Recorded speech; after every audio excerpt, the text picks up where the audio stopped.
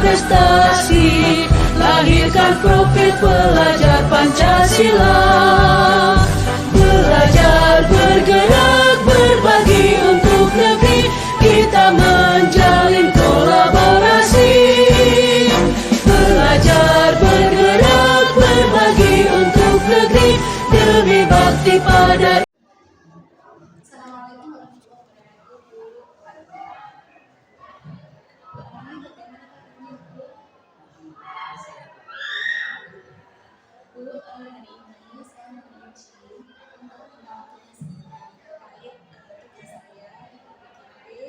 yaitu pengambilan keputusan berbasis nilai kebajikan sebagai pemimpin. Ada beberapa pertanyaan Ibu, mau nanti untuk berkenan menjawab. Kalau bisa dijawab, kalau nggak bisa berarti skip. Langsung saja nih Bu. Untuk yang pertama, ini selama Ibu Ari menjadi pemimpin, bagaimana Bu Ari dapat mengidentifikasi kasus-kasus yang merupakan dilema etika atau perjuangan moral? Jadi saat menjadi pemimpin itu saya memilah itu mana kasus-kasus yang itu dilema etika itu kan lebih dua-duanya sama benar. Jadi kalau rujukan moral itu sudah jelas, yang satu benar, yang satu salah, ya. Cuma yang salah ini mau kita hilangkan kan ada yang nggak enak. Itu kalau rujukan moral. Tapi kalau dilema etika memang ini sama-sama benar, sehingga kita memang harus lebih jeli mengidentifikasi. Ya memang, dan saya belajar untuk mengidentifikasi apakah ini dilema etika atau rujukan moral. Terus kalau dilema etika itu posisinya ini untuk selanjutnya, selama ini bagaimana Ibu Ari menjalankan pengambilan keputusan di sekolah, terutama untuk kasus-kasus di mana ada dua kepentingan yang sama-sama benar atau sama-sama mengandung nilai kebajikan. Kalau saya, kalau mengambil keputusan kan lebih sering bersama dengan yang lain.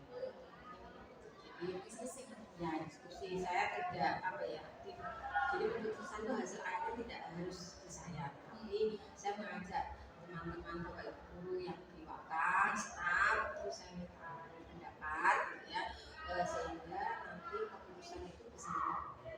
Tapi ya tergantung, ada waktu-waktu tertentu kita memang membuat keputusan itu berdasarkan hasil akhir, kita mikirnya pokoknya ini bagus. Tapi ada hal yang tidak berbasiskan hasil akhir, tapi juga mungkin seperti saya kemarin habis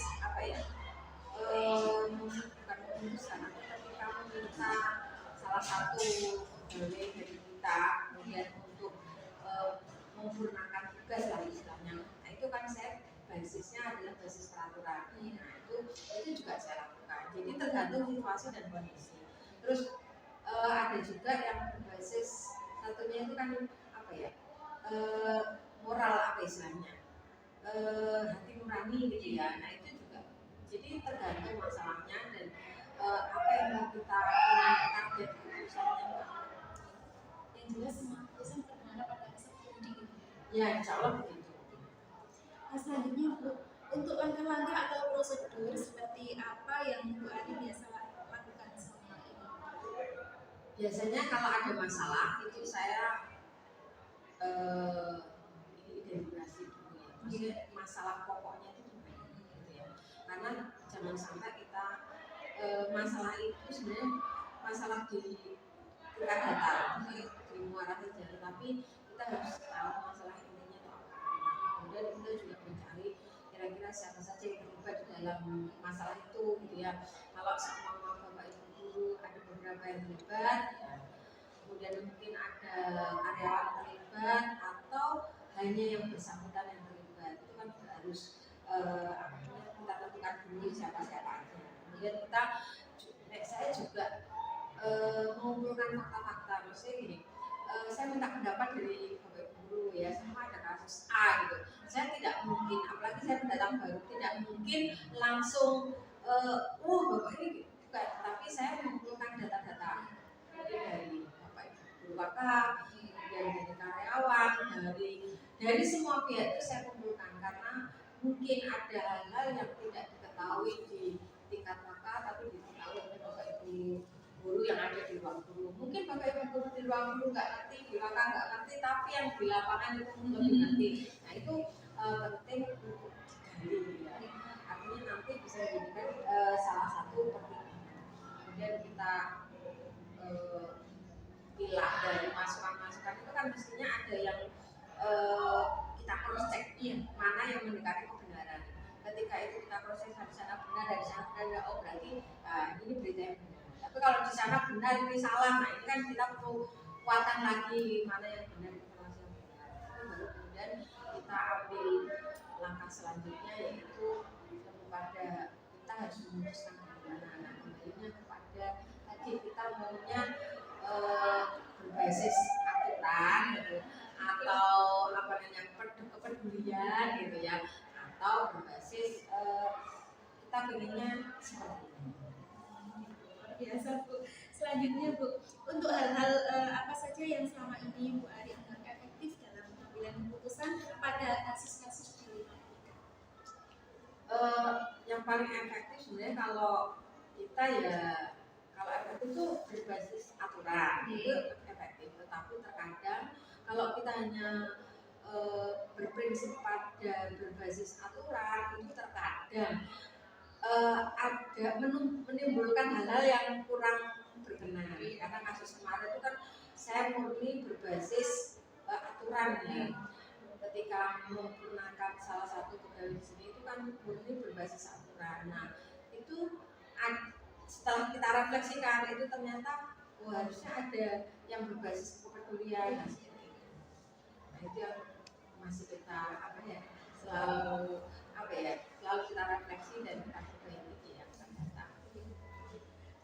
Selanjutnya Bu, hal-hal apa saja yang selama ini merupakan tantangan dalam pengambilan keputusan pada kasus-kasus di Lima Etika? Tantangannya itu sebenarnya lebih ke personal sih ya. Jadi kasarannya kalau nanti ya ini benar gitu. Kalau kita tetapkan ini benar, tetapi resikonya terkadang menimbulkan hal-hal yang mungkin tidak nyaman gitu bagi orang lain. Itu yang kadang itu yang harus mungkin bahasanya lebih halus atau komunikasinya lebih halus, mungkin bisa berbasis aturan tetapi kepedulian kita juga Tantangannya Bu ya. Saya secara pribadi belajar. Selanjutnya, apakah Bu Ari memiliki sebuah jadwal tertentu dalam sebuah penyelesaian kasus di Lima Etika? Nah, apakah Ibu langsung menyelesaikan di tempat saat itu, ataukah memiliki sebuah jadwal khusus untuk menyelesaikannya? Bentuk atau prosedurnya mungkin seperti apa Bu? Bisa dijelaskan? Jadi kalau saya punya masalah begini, saya tidak langsung mencari solusi karena terkadang ketika masalah datang itu kita masih ada emosi. Nah itu akhirnya membuat kita tidak objektif. Biasanya kalau ada masalah itu saya lihat dulu, saya buat aksi dulu. Nah setelah itu kan kita langsung berpikir bagaimana ini. Dan biasanya saya punya rentang waktu kapan, saya punya target sama masalah ini harus selesai, pekan ini harus selesai gitu. Artinya dengan pekan ini selesai ke depan itu kita sudah tidak bermasalah dengan yang ini, tapi pindah ke mungkin sesuatu yang lain atau masalah yang lain. Jadi kalau saya pribadi tidak ada jadwal khusus, tapi saya juga tidak langsung menyelesaikan masalah. Ada jeda waktu ketika terjadi masalah dengan kapan saya menyelesaikan masalah. Jadi waktu mengambil keputusan itu berdasarkan kondisinya aman gitu Bu ya? Ya, Nggak saat emosi gitu ya? Gini, luar biasa. Bu, selanjutnya, adakah seseorang atau faktor-faktor yang selama ini mempermudah atau membantu Bu Ari dalam mengambil keputusan dalam kasus-kasus di Lima Etika? Buat saya, Bapak Ibu guru semua yang ada di sini itu membantu saya untuk memutuskan mengambil keputusan lebih lebih cepat, lebih mudah, mungkin lebih bijak juga.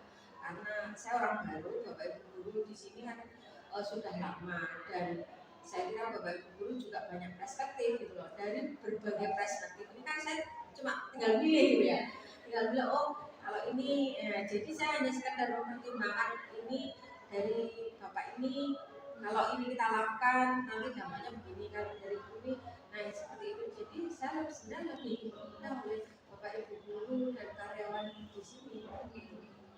Dan itu saya berterima kasih kepada Bapak Ibu guru dan karyawan yang ada di sini yang dengan apa ya, yang dengan tulus ikhlas juga membantu saya mengelola sekolah ini. Yang terakhir Bu, dari semua hal yang telah disampaikan tadi, pembelajaran apa yang dapat Bu Ari petik dari pengalaman Ibu dalam mengambil keputusan di Malaysia? Ya. Saya tuh pernah belajar teori ini, tetapi ketika kemarin saya membuat keputusan yang menurut saya itu keputusan yang cukup besar dan itu berdampak bagi orang lain, itu saya lupa dengan teori ini ya. Sehingga ketika Bu Desi dan ingin wawancara saya terkait dengan dilema etika, itu saya coba melihat lagi teori dilema etika. Disitulah kemudian saya berefleksi, ternyata keputusan yang saya ambil pada saat itu gitu ya, perlu buat saya pribadi itu perlu dievaluasi ya. Bukan masalah benar atau salah, tetapi saya yakin itu keputusan yang benar, tapi mungkin ada yang kurang sempurna. Nah itu yang perlu kita sempurnakan. Nah itu kan kita butuh refleksi, dan ketika ada permasalahan apapun itu kan mesti ada respon dari orang lain. Nah respon itu kan tetap saya gunakan. Artinya apa? Mungkin tidak saya gunakan pada saat itu, tetapi ke depan. Nah itu respon-respon ini bisa menjadi bekal saya di dalam membuat keputusan mungkin yang hampir sama. Biasa Bu, alhamdulillah hari ini saya dapat informasi dan banyak ilmu dari sini Bu yang bisa saya dapatkan. Terima kasih Bu sudah meluangkan waktu hari ini. Saya doakan semoga Bu Ari selalu sehat dan bisa menjadi pemimpin yang bisa memajukan sekolah ini menjadi lebih baik. Amin.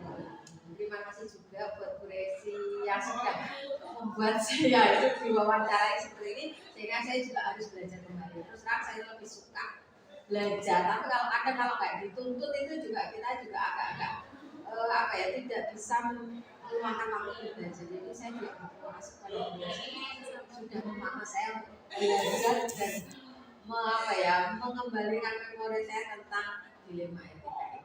Dan semoga Bu Desi juga lulus PGP dengan sukses dan sukses.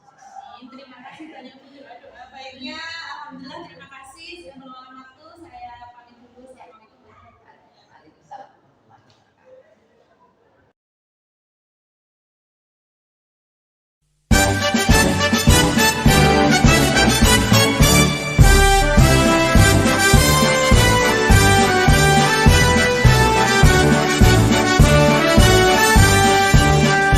Bulatkan tekad, kuatkan hati, negeri ini memanggilmu kawan.